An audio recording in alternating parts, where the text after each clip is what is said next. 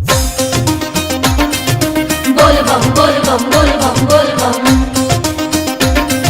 जय शिव जय शिव जय शिव जय शिव।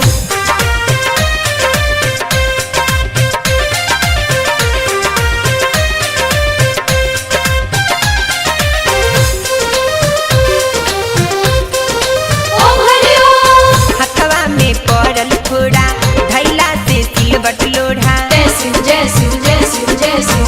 हथवा में पड़ल फोड़ा धैला से सिलबट लोढ़ा। खाइल करी मिसरी मलैया जी ए जी। खाइल करी मिसरी मलैया जी।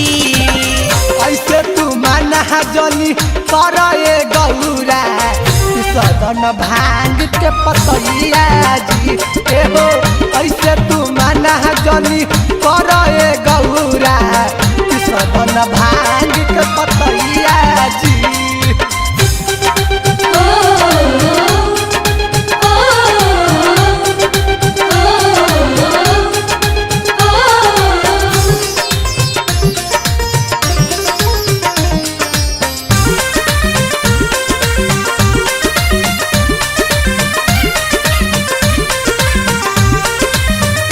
जय शिव। नैहर से ऐनी जब से देता नी साजा जी। जिंदगी अधूरा लगे दिन भंगिया गाजा जी। बोला हर हर बम बम। बोला जय शिव बोल बम। नैहर से ऐनी जब से देता नी साजा जी। जिंदगी अधूरा लगे दिन भंगिया गाजा जी। दर्द करे पीछे से कलैया जी ए जी। दर्द करे पीछे से कलैया जी।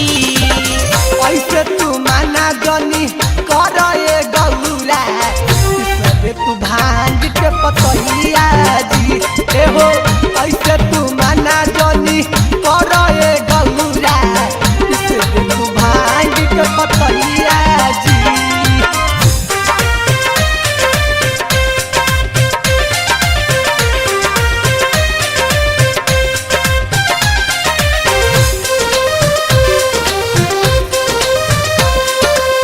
भांग धतूरा स्वामी हमसे ना पिसाई।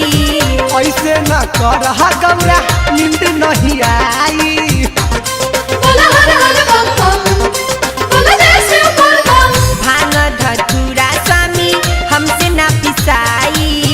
ऐसे न कर गौरा नींद नहीं आई। सोनू बिशुनपुरी आई दुआरिया जी ए जी।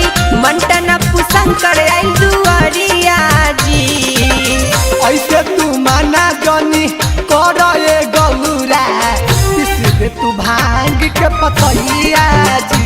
एहो ऐसे तू माना जनी करे गौरा सदन भांग के पतैया जी। हथवा में पड़ल फोड़ा धैला से सिलबट लोढ़ा।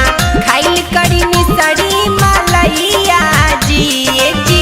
खाइल करी मिसरी मलैया जी।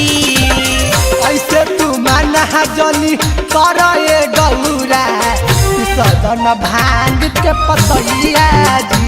एहो ऐसे तू माना जनी करे गौरा सदन भांग के पतैया